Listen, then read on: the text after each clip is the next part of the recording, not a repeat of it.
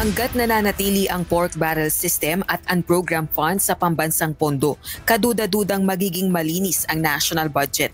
Yan ang tugon ng mga kongresista matapos ipahayag ni Pangulong Ferdinand Marcos Jr.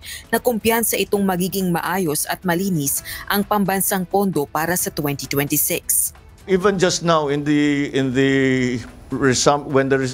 upon resumption of the budget hearings, marami na nakita in both houses, in both the House of Representatives and the Senate, na magkakaroon pa tayo ng savings. So I think it will be we will be able to show that it is in fact possible to write a good, clean budget. Tingin nyo ba magiging malinis ang 2026 budget?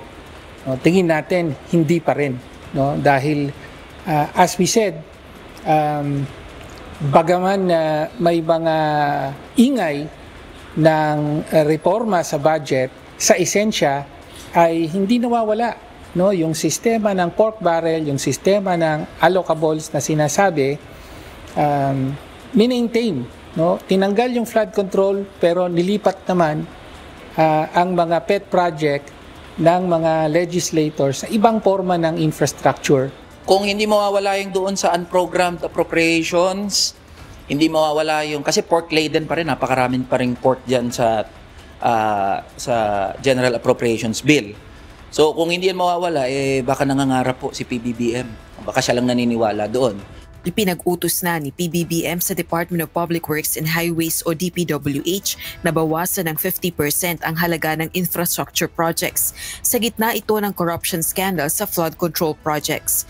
Pasado na sa House of Representatives ang 6.793 trillion pesos na halaga ng House General Appropriations Bill for fiscal year 2026. Kasalukuyan namang tinatalakay sa Senado ang 2026 National Expenditure Program. Kailangan namang plantsahin sa Bicameral Conference Committee ang magkaibang bersyon ng dalawang kapulungan ng Kongreso sa panukalang pondo bago tuluyang pirmahan ni PBBM at maisabatas. Rosa Licoz, UNTV News and Rescue. Diyos ang aming sandigan, serbisyo publiko ang aming pinahahalagahan.